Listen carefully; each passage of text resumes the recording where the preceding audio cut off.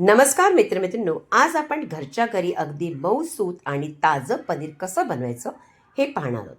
त्याचबरोबर फक्त दूध आणि त्याच्याबरोबर छोट्या छोट्या टिप्स तुम्हाला मी सांगणार आहे. त्यामुळे तुमचा पनीर अगदी परफेक्ट बनेल. इथे आपण कोणताही प्रिझर्वेटिव्ह काही वापरणार नाही आहोत. जर तुम्हाला बनवायचं तर शेवटपर्यंत व्हिडिओ पाहायचे. तर चला जास्त काही न बोलता पटकन रेसिपीला सुरुवात करूया. सगळ्यात अगोदर दूध आपण उकळून घेणार आहोत, म्हणून दूध तळाला लागू नये म्हणून अगोदर थोडंसं पाणी घालायचं.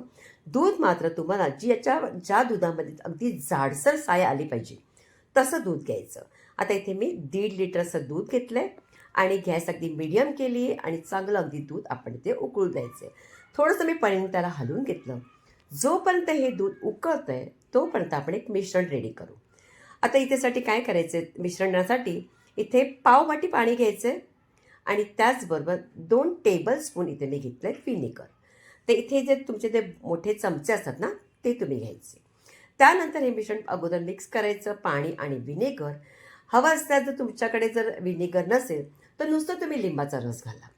आता हे मिश्रण रेडी झालं आहे, कारण का आपण ह्याच्यानेच दूध फाडणार आहोत. तर आता बघा, आता हे दूध मी थोडंसं पळीने हलवलं आहे. दूध चांगलं उकळू लागलं आहे. जास्त मात्र उकळायला द्यायचं नाही. फक्त दूध वरती आलं म्हणजे असं उकळलं गेलं की आपण पटकन गॅस बंद करायची. एवढंच आपल्याला दूध उकळायचं आहे. आता सगळ्यात महत्त्वाचं म्हणजे जेव्हा दूध अशा पद्धतीने उकळतं त्याचवेळी तुम्ही ते व्हिनेगरचं मिश्रण त्यात घालायचं नाही. कारण का नाही तर मग काय होतं, लगेच त्या दूध गरम गरम असल्यामुळे ते दूध त्याला एक शॉक लागतो आणि आपलं मात्र ते अगदी घट्ट गुठळ्या होतात. म्हणून अगोदर दूध थोडंसं थंड करायचं अगदी 4 मिनटं आणि नंतर अशा पद्धतीने थोडंसं करून आपण हे व्हिनेगरचं मिश्रण त्यात आपण घालायचं. एकदा घातलं आहे, पाणीने थोडंसं हलवलं आहे. पुन्हा आपण जे बाकीचं राहिलं ते सगळं आपण मिश्रण त्याच्यामध्ये घालायचं. असं 1-2 वेळा करायचं आणि त्यानंतर पळी आपण बाजूला काढायची. आणि तुम्ही जर पाहाल ना, नंतर आपलं दूध अगदी चांगलं फाटलं जातं, म्हणजे पनीर मस्त असा आपला रेडी होतो. तर बघा, आता हे दूध फाटलं गेलं आहे, चांगलं अगदी दुधाचं अगदी पाणी सेपरेट झालेलं आहे आणि पिवळसर झालं आहे. म्हणजे अगदी दूध अगदी व्यवस्थित आपण फाडले.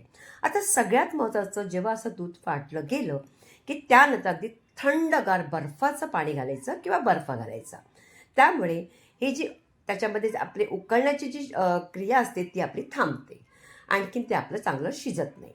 आता त्यानंतर एखादा पातेल्यावर चाळण ठेवायची आणि एखादा पातळसा कपडा ठेवायचा अगदी, आणि नंतर आपण जे दूध फाडलं होतं ते सगळं ह्याच्यामध्ये घालायचं. आता सगळ्यात महत्त्वाचं तुम्हाला सांगायचं म्हटलं तर हे जे पाणी आहे ना, हे बिलकुल फेकायचं नाही. ह्याचे फायदे बरेचसे आहेत. या पाण्याला तुम्ही ह्याच्यामध्ये एखादा तुम्ही पीठ मळत असाल किंवा तुम्ही भाजी करत असाल त्याच्यासाठी तुम्ही वापरू शकता. म्हणून हे पाणी मात्र बिलकुल फेकू नका. त्याच्यामध्ये प्रोटीनही बऱ्यापैकी असतं. आता हे पाणी बऱ्यापैकी जास्त झालं आहे ते मी थोडंसं काढून घेणार आहे आणि नंतर अशा पद्धतीने थोडंसं आपण दाबून घ्यायचं. जरासं पाणी आपोआप जाऊ द्यायचं. हलकंसं त्याला फिरवायचं, जास्त घट्ट मात्र दाबून फिरवायचं नाही. आणि या पद्धतीने थोडंसं याला कपड्याला जरा गुंडाळून अगदी फक्त 5-6 मिनटं तुम्ही असं ठेवायचं.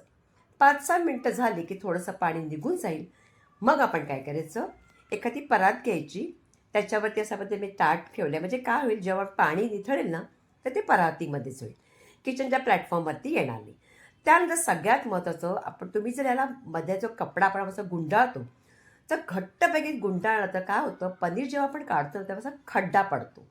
तो पडू नये म्हणून थोडंसं मी अलगद हलवून जरासं सेपरेट असं हलकंसं त्याला असं अशा पद्धतीने कपडा दाबून घेतलं आहे. त्याच्यावरती असं पद्धतीने ताट ठेवायचं. ताट ठेवल्यानंतर आपल्याकडे जर तुमच्याकडे खलबत्ता असेल तर सगळं उत्तमच आहे, नाही तर कोणते वजन तुमच्याकडे जर त्याच्यावरती ठेवायचं. ठेवल्यानंतर सगळ्यात महत्त्वाचं, याला आपल्याला फक्त अर्धा तासच ठेवायचं आहे. त्याच्या व्यतिरिक्त आपण जास्त वेळ ठेवायचं नाही, नाहीतर पनीर अगदी घट्ट होईल, त्याचं सगळं पाणी निथळून जाईल. म्हणून पनीर अगदी मुलायम व्हावा म्हणून अशाच पद्धतीने अर्धा तास ठेवायचं. अर्धा तास ठेवल्यानंतर मी ताट काढलं आहे, तर खलबत्ताही काढला आहे. आता तुम्हाला पनीर कसा झाला आहे तोही दाखवते. कपडा बघा, पूर्ण आपण जास्त गुंडाळला नव्हता म्हणून खड्डा तिथे झालेला नाही. दोन्ही बाजूने अगदी पसरट असा आपला पनीर छान असं झालं आहे. जसा डेअरीमध्ये मिळतो ना त्याच्यापेक्षाही चांगला त्याच्यामध्ये डेअरीवाले बऱ्यापैकी काही ना काही मिलावट करतात. काय मिलावट करतात माहिती आहे का? ते त्याच्यामध्ये कॉर्नफ्लॉवर घालतात. म्हणून आणि त्याच्यामुळे त्यांचा पनीर त्याच पद्धतीने होतो. कधी-कधी घट्टही मिळतो आणि कधी-कधी सॉफ्टही मिळतो. बऱ्याच वेळा असं होतं माझ्याकडे जर मी जेव्हा कधी घेतलंय म्हणून मी कधी घरीच बनवते. आता तुम्हाला वजनही करून दाखवते, की 1.5 लिटर दुधामध्ये 325 ग्राम अगदी छान असा आपला पनीर रेडी झाला आहे आणि तो सुद्धा घरच्या घरी कोणते प्रिझर्व्हेटिव्ह नाही आहे. त्याचबरोबर आपण घरच्या घरी अगदी त्याच दुधाने केलेलं आहे आणि तुम्ही जर म्हणाल जर ते डेअरीवाले काय करतात, ह्याच पनीरला पाण्यामध्ये 4-5 तास भिजवतात म्हणजे त्यांचं ते पनीरचं वजन वाढतं आणि आपल्याला ते वजनी मात्र पनीर कधी कमी येतो. बघा मी कापूनही दाखवलं आहे किती मस्त असा पनीर झालेला आहे. म्हणून तुम्ही आता बाहेरून डेअरीतनं न आणता घरच्या घरी बनवा. काही वेळ लागत नाही. फक्त अर्धा तास तुम्हाला त्याला दाबून ठेवावं लागेल त्या दुधाला आणि पनीर आपला रेडी होतो. तर बघा आता हे जर पनीर तुम्हाला 5 दिवस जर फ्रीजमध्ये ठेवायचं असेल, तर कोणत्याही तुम्ही अशा पद्धतीचा डबा घ्यायचा. मी काचेचा घेतला आहे. पाणी घालायचं स्वच्छ असं.